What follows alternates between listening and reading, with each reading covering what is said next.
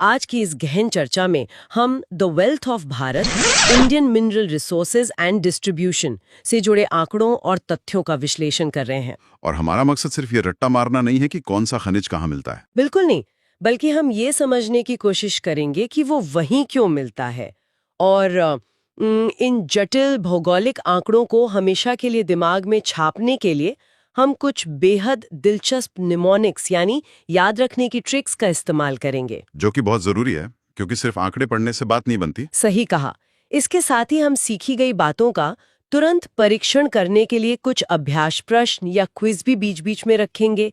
ये सुनिश्चित करेगा कि सूचनाओं के इस भारी बोझ तले दिमाग दबे नहीं, बल्कि एक साफ तस्वीर उभर कर सामने आए। यहाँ सबसे दिलचस्प बात यह है कि जब हम तथ्यों को छोटे छोटे सूत्रों या मानसिक छवियों में पिलो देते हैं ना, तो दिमाग उन्हें एक नक्शे की तरह स्थायी रूप से याद रख पाता है। भूगोल और अर्थव्यवस्था के इस संगम को समझने के लिए ये एक बहुत ही वैज्ञानिक दृष्टिकोण है। तो चलिए सबसे पहले उन खनिजों से बात शुरू करते हैं जो इंसान को हमेशा से आकर्षित करते रहे हैं। वो धातुएं जो न सिर्फ आंखों को चौंधी आती हैं, बल्कि देश की रगों में अपार ऊर्जा भी पैदा करती हैं। कीमती धातुओं और ऊर्जा के स्रोतों की बात कर रही हैं। हाँ, सोने चांदी से लेकर यूरेनियम तक का सफर। आंकड़ों पर नजर डालें तो भारत में सोने का सबसे ज्यादा उत्पादन कर्नाटक में होता है, विशेषकर कोलार और हट्टी की खानों में। Kolar gold fields. वहीं दूसरी तरफ चांदी के मामले में राजस्थान सबसे आगे है। अब इसे याद रखने की एक बहुत सी सरल ट्रिक हमने तैयार की है। ट्रिक है कान में सोना, राज में चांदी। कान में सोना, राज में चांदी। हाँ, अच्छा है। हाँ, यानी कान से कर्नाटक जहाँ सोना है और राज से राजस्थान जहाँ चांदी है। ये ट्रिक याद रखने के लिए तो सटीक है ही लेकिन इसके पीछे का भूविज्ञान और भी दिलचस्प है। कर्नाटक में सोना यूं ही नहीं मिलता। ये क्षेत्र ना धारवाड़ क्रेटन का हिस्सा है। ये क्रेटन क्या होता है? क्रेटन पृथ्वी की पपड़ी का वो हिस्सा होता है जो अरबों सालों से स्थिर है। लगभग 2.5 से 3 अरब साल पहले जब पृथ्वी की सतह के नीचे भयानक उथल-पुथल मची थी, तब मैग्मा के साथ सोना ऊपर की तरफ आया। अरे वाह, 2.5 अरब साल पहले। हाँ, और वो सोना इन प्राचीन चट्टानों की दरारों में जम गया। वहीं दूसरी तरफ अगर हम राजस्थान की बात करें तो चांदी अक्सर सीसा यानी लेड और जस्ता यानी जिंक के साथ मिलती है, जो वहां की प्राचीन अवसादी चट्टानों के कायांतरण का परिणाम है। ये सच में हैरान करने वाला है कि अरबों साल पहले की उथल-पुथल आज हमारी अर्थव्यवस्था का आधार बनी हुई है। खैर, कीमती पत्थरों की इसी कड़ी में हीरे का नाम भी आता है। बिल्कुल, मध्य प्रदेश का पन्ना क्षेत्र। हाँ, हीरे के खनन में मध्य प्रदेश का पन्ना सबसे आगे है। लेकिन इसके ठीक बगल में अगर हम ऊर्जा खनिजों की बात करें तो यूरेनियम के लिए झारखंड का जादूगुड़ा पूरे देश में मशहूर है। जादूगुड़ा की खदानें बहुत महत्वपूर्ण हैं भारत के लिए। और वैसे उत्तर प्रदेश के ललितपुर में भी यूरेनियम के भंडार पाए जाते हैं। इन दोनों को एक साथ याद रखने की हमारी ट्रिक है पन्ना में हीरा, जादू से यूरेनियम। पन्ना में हीरा, जादू से यूरेनियम। पन्ना मतलब मध्य प्रदेश का हीरा और जादू मतलब जादूगुड़ा का यूरेनियम। यहाँ यूरेनियम का इस तरह से पाया जाना अपने आप में एक भूवैज्ञानिक पहेली को सुलझाने जैसा है। देखिए, यूरेनियम एक बहुत ही दुर्लभ और रेडियोधर्मी तत्व है। यह हर जगह नहीं मिलता। तो फिर जादूगुड़ा में ही क्यों? जादूगुड़ा में इसकी उपस्थिति हाइड्रोथर्मल वेन्स मतलब गर्म पानी के उन प्राचीन स्रोतों के कारण है जिन्होंने लाखों साल पहले चट्टानों के बीच इस तत्व को जमा कर दिया था। अच्छा, जादूगुड़ा के इस यूरेनियम के बारे में सोचकर मेरे दिमाग में एक अजीब सी तुलना आती है। ये बिल्कुल किसी जादुई छड़ी की तरह है।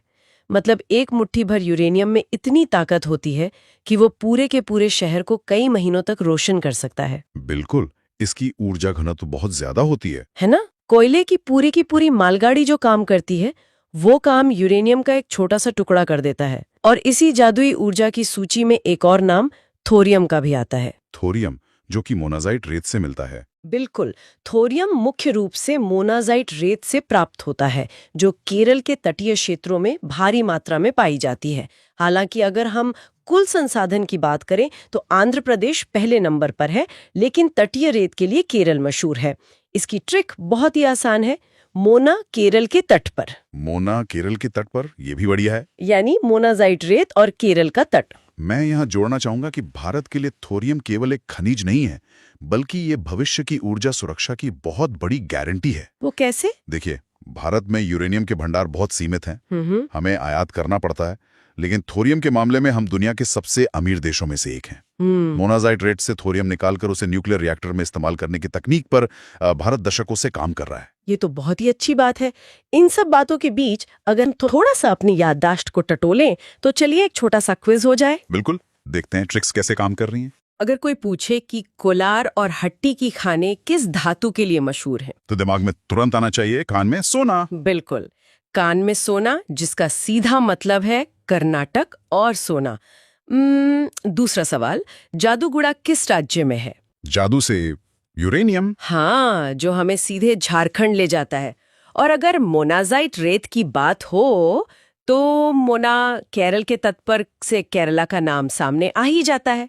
ये मानसिक नक्शा बनाने का सच में एक बहुत ही प्रभावी तरीका है। हाँ, जब दिमाग इस तरह से काम करता है ना तो जटिल से जटिल आंकड़े भी स्थायी स्मृति का हिस्सा बन जाते हैं। तो ये तो हो गई चमक दमक और ऊर्जा की बात, लेकिन सोने चांदी की चमक से देश की अर्थव्यवस्था सजी हुई जरूर दिखती है, पर इमारतें, फैक्ट्रियां और पुल हीरे मोतियों से नहीं बनते। एकदम सही, उसके लिए तो लोहा और सीमेंट ही चाहिए। हाँ, किसी भी देश का बुनियादी ढांचा खड़ा करने के लिए भारी धातुओं की जरूरत होती है, उन धातुओं की जो वास्तव में औद्योगिक विकास की रीढ़ है। बिल्कुल, लौह अयस्क, मैंगनीज और क्रोमाइट जैसी भारी धातुएं ही वास्तव में वो आधारशिला हैं जिन पर कोई भी आधुनिक राष्ट्र खड़ा होता है। मतलब इनके बिना ना तो रेल पटरियां बिछ सकती हैं, न ही गगनचुंबी इमारतें बन सकती हैं। तो लौह अयस्क की बात करें तो विशेष रूप से हेमेटाइट लोहा और क्रोमाइट, इन दोनों के ही भंडार और उत्पादन में उड़ीसा पूरे भारत में पहले स्थान पर है। इसे याद रखने का सूत्र बहुत ही सीधा सा है, उड़ीसा में लोहे का क्रोम। उड़ीसा में लोहे का क्रोम मतलब उड़ीसा में लोहा भी है और क्रोमाइट भी। यहाँ हेमेटाइट लोहे का एक बहुत ही उच्च गुणवत्ता वाला रूप है जिसमें लोहे की मात्रा काफी अधिक होती है। लेकिन यहाँ सबसे महत्वपूर्ण बात क्रोमाइट का लोहे के साथ पाया जाना है। वो क्यों? क्रोमाइट इतना खास क्यों है? क्योंकि क्रोमाइट वो खनिज है जिससे क्रोमियम निकलता है, और क्रोमियम का मुख्य उपयोग लोहे के साथ मिलाकर स्टेनलेस स्टील बनाना है। ये स्टील को जंग लगने से बचाता है। अच्छा, तो ये जंगरोधी बनाता है उसे। हाँ, ओडिशा में इन दोनों का एक साथ मिलना कोई संयोग नहीं है, बल्कि ये पूर्वी घाट की भौगोलिक संरचना का कमाल है। यही कारण है कि उड़ीसा आज भारत का एक विशाल इस्पात हब बन चुका है।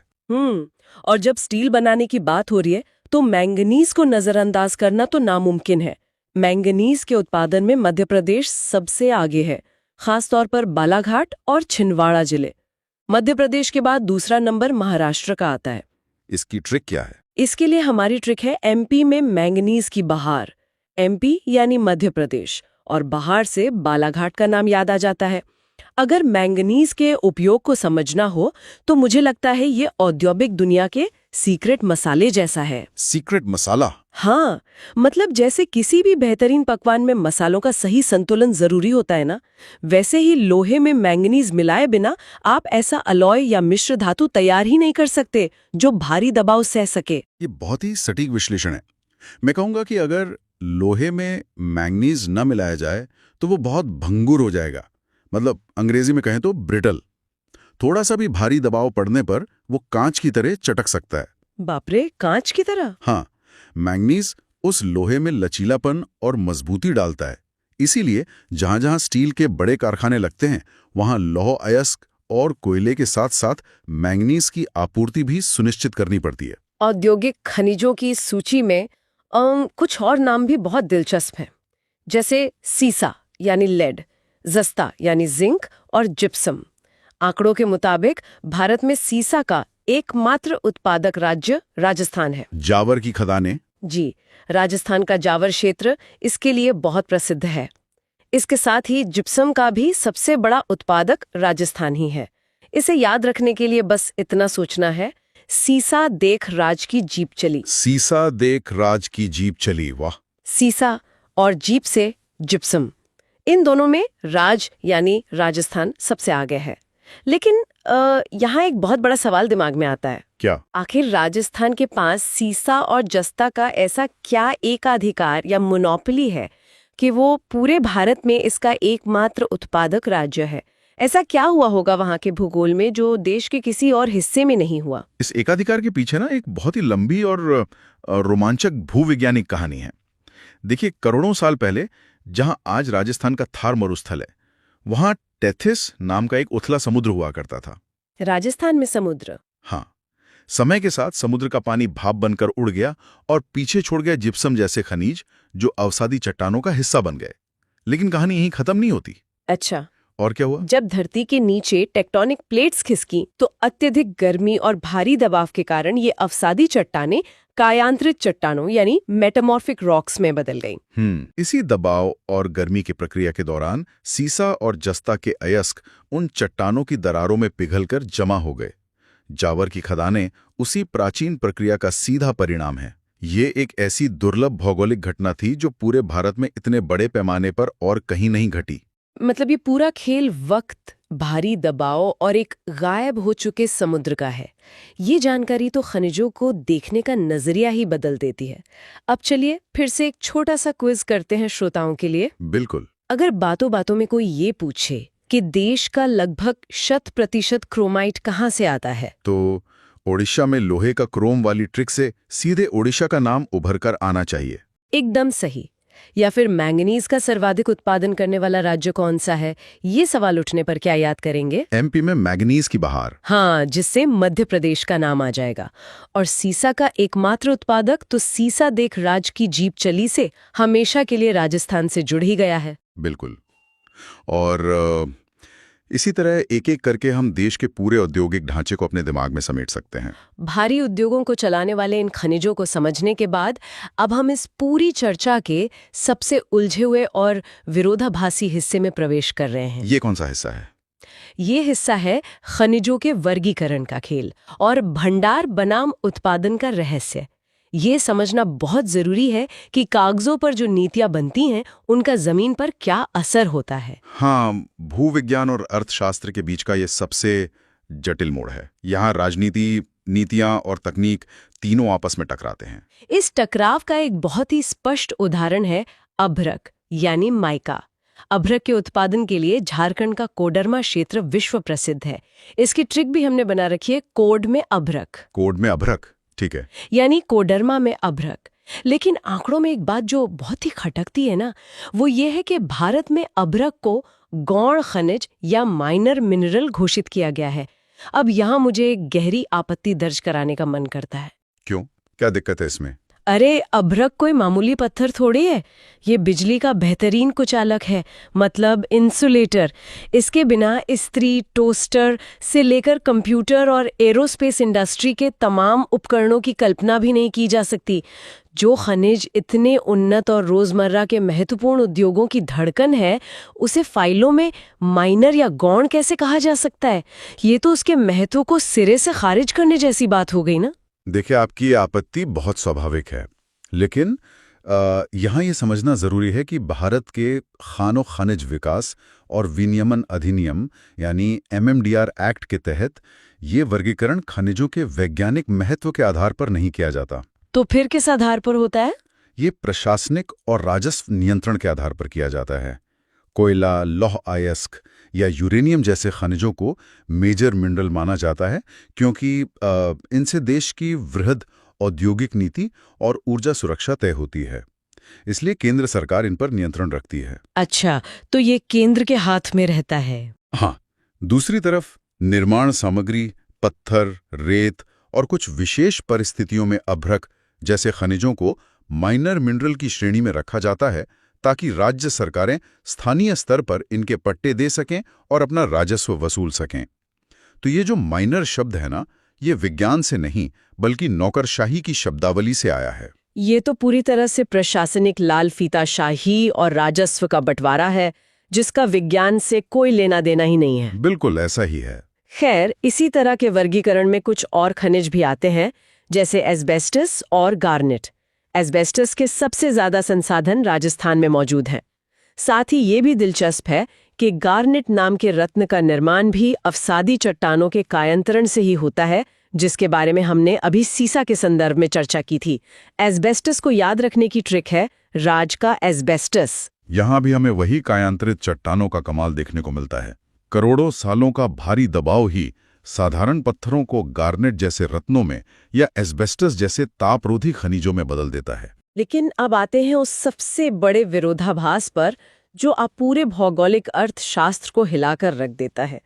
बात हो रही है भंडार यानी रिजर्व और उत्पादन यानी प्रोडक्शन के बीच की खाई की। हाँ, ये बहुत महत्वपूर्ण विषय है। आंकड़ों को देखें तो तांबे का सबसे बड़ा भंडार राजस्थान में है, लेकिन जब तांबा जमीन से निकालने की बात आती है तो उत्पादन में मध्य प्रदेश सबसे आगे निकल जाता है।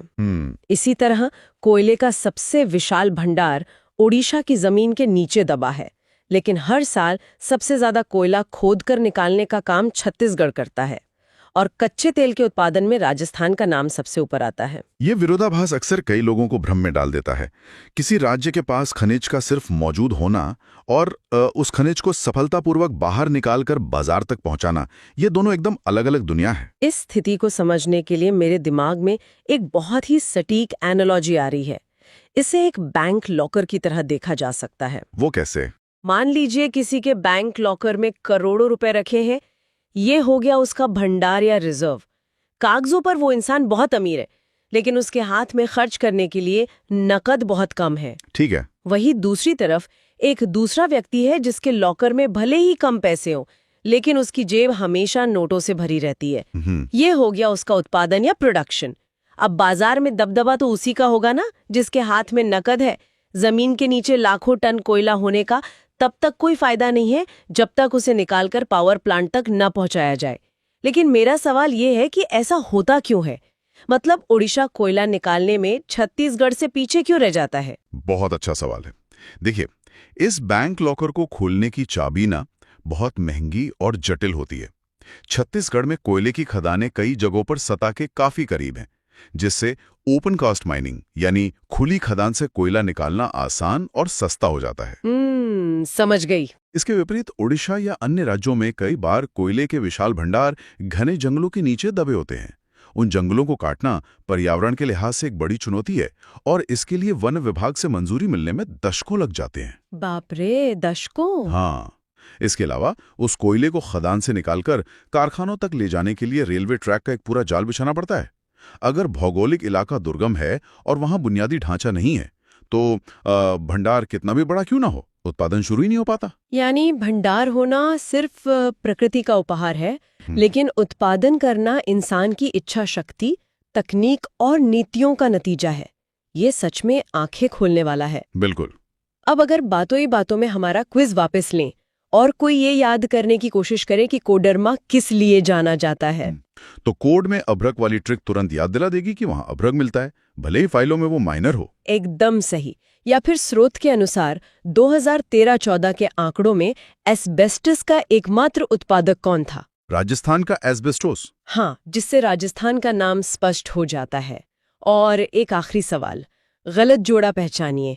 अगर कोई गलती से ये कह दे कि सोना केरल में मिलता है तो क्या होगा? तो कान में सोना वाली ट्रिक इस गलतफहमी को तुरंत दूर कर देगी कि सोना तो कर्नाटक की पहचान है। बिल्कुल। ये ट्रिक सब सिर्फ शब्द नहीं रहे, बल्कि ये उन राज्यों की पूरी आर्थिक पहचान बन चुकी हैं। मैं तो यही कहूंगा कि इस चर्चा ने खनिजों को देखने का एक नया नजरिया दिया है। जी, इस पूरी विस्तृत चर्चा को समेटते हुए हम उस धुंधले नक्शे की तरफ लौटते हैं जिसकी बात हमने एकदम शुरुआत में की थी। खनिजों का वो नक्शा जो पहले महज कुछ रंग बिरंगे बिंदुओं का एक उलझा हुआ जाल लग रहा था, अब मुझे लगता है वो काफी हद तक साफ हो चुका है। हाँ, तस्वीर अब बहुत स्पष्ट है। अब हम जानते हैं कि कौन सा बिंदु धारवाड़ क्रेटन के सोने को दर्शाता है, कौन सा बिंदु टेथिस सागर के सूखने से बने सीसा को दिखाता है और कहाँ प्रशासनिक नीतियों के कारण अभ्रक गौण बन गया है। जागती कहानी है जिसमें टेक्टोनिक प्लेटों के खिसकने से लेकर आज के कारखानों की चिमनियों से निकलने वाले धुएं तक सब कुछ आपस में जुड़ा हुआ।